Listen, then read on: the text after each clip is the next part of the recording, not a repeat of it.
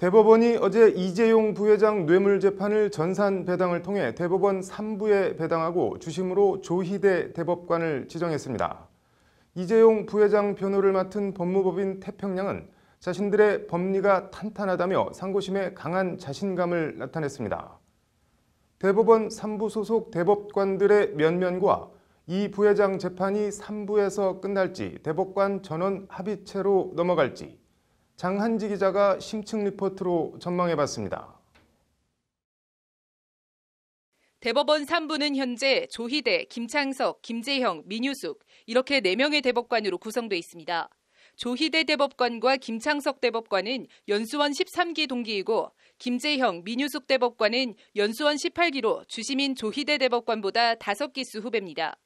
조희대, 김재형, 민유숙 대법관은 서울대 법대를 나왔고 김창석 대법관은 고려대 법대 출신입니다.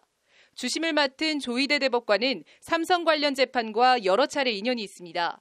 서울고법 부장판사 시절인 2007년 삼성 에버랜드 전환 사채 업무상 배임 사건을 맡아 박노빈 에버랜드 사장 등에게 1심보다 무거운 징역 3년에 집행유예 5년 및 벌금 50억 원을 선고했습니다. 조희대 당시 서울고법 부장판사는 판결문에서 에버랜드 전환 사채 발행의 목적은 이재용에게 전환 사채를 몰아줘 회사 지배권을 취득하게 한 행위라며 이재용 부회장이 최종 수혜자임을 분명히 했습니다. 에버랜드 전환 사채 발행은 이 부회장의 지배권과는 상관없다는 1심 판결을 정면으로 뒤집은 겁니다.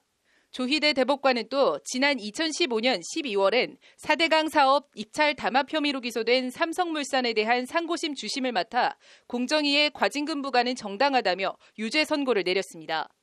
2016년 12월엔 삼성 에버랜드 노조 부위원장 해고 무효 소송 상고심에서 징계 재량권의 한계를 벗어난 부당해고라며 해고 무효 판결했습니다.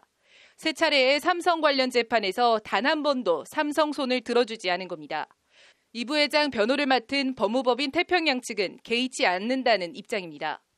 다른 사건에서 어떤 결론을 내리는 것이 이 사건이 어떤 결론을 내릴지 하고는 전혀 그에 대해서는 우리가 분석해 본 바도 없고 관심도 별로 없습니다. 반면 보수적인 성향으로 평가받는 김창석 대법관은 삼성의 우호적인 판결을 내린 바 있습니다. 김창석 대법관은 서울고법 부장판사 재직 중이던 지난 2009년 이건희 회장의 삼성 SDS 사채 헐값 발행과 이재용 부회장 편법 증여 항소심 재판을 맡았습니다. 김창석 당시 부장판사는 1심보다 배임액이 추가로 227억 원 늘어난 것을 인정하면서도 이건희 회장에게 집행유예를 선고해 일각에서 봐주기 판결 논란이 일기도 했습니다. 학자 출신의 김재형 대법관은 전원 합의체 사건에서 소수 의견을 낸 비율이 33.3%, 3건 중 1건꼴로 소수 의견 쪽에 섰을 정도로 소신이 뚜렷합니다. 김명수 대법원장이 지명한 민유숙 대법관은 대법원 재판연구관 등 법원 엘리트 코스를 밟아온 정통 판사 출신으로 법리에 충실한 판단을 내린다는 평가를 받고 있습니다. 이재용 부회장 변호인단은 4인 사색 대법원 3부 구성에 대해 두고 봐야 안 되겠습니까? 라면서도 법리대로 할 뿐이라며 자신감을 보였습니다. 우리가 주장하는 그 승마 부분이 인정될 수 없다라는 데 대해서는 우리는 거의 탄탄한 논리라고 생각하는데 그게 대법원에서 어떻게 받아들여질지는 두고 봐야 안 되겠습니까? 법원 안팎에선 이 부회장 상고심 재판이 일단 대법원 3부에 배당되긴 했지만 결국 대법관 13명 전원이 참여하는 전원 합의체로 넘어갈 것이라는 전망이 우세합니다.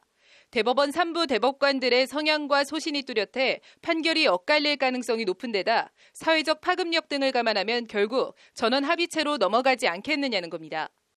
소부에서 대법관들의 의견이 일치하지 않거나 기존의 대법원 판결을 변경할 필요가 있는 경우 등에 한해서 대법관 전원이 참여하는 전원 합의체에 회부할 수 있습니다. 이재용 부회장 상고심에선 1, 2심에서 판결이 엇갈렸던 안종범 수첩의 증거 능력과 경영권 승계 현안, 묵시적 청탁 인정 여부 등을 놓고 치열한 법리 싸움이 벌어질 것으로 보입니다. 대법원이 1심과 2심 어느 쪽 재판부 손을 들어줄지 벌써부터 초미의 관심이 모아집니다. 법률방송 장한지입니다.